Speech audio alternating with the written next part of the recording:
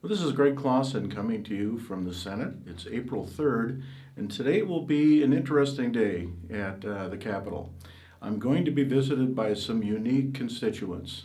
These are the members of the Minnesota Zoo, and they were talking about the animals at the Minnesota Zoo, and they'll be coming to the Capitol today, and people in the public and senators, representatives will have a chance to learn about those animals and touch them and see them up front, very close.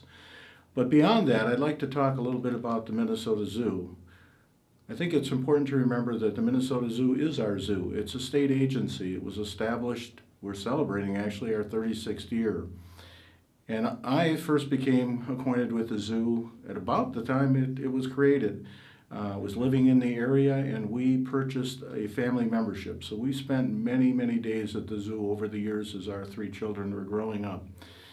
And now that they're grown and have families, one of the things we do annually, my wife and I, is to make sure that they have a family pass so that they can enjoy and learn from the zoo as well. It's an important time for the zoo right now, and I think it's also important to remember that annually we have 1.4 million people that come to look at the Minnesota Zoo and tour and learn about the animals, learning about the environment and our resources. They also contribute $175 million to our economy when they visit the zoo in the metro area. So it's also an economic engine for us. One of the things that we're working on here at the Capitol is that it's a bonding year, and we have some projects at the zoo that we need to complete.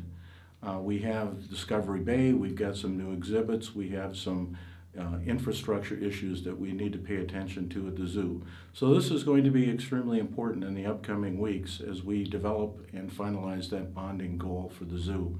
So I'd like you to be aware of that. I'd like to encourage you to visit the zoo.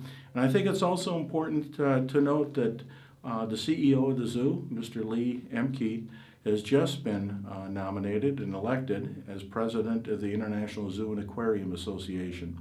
So our efforts at the zoo extend really beyond Minnesota and into the international area of wildlife and conservation. So I'd really encourage you to get out there and take a look at the zoo. It's a great destination for families and it's a great learning environment. Thank you.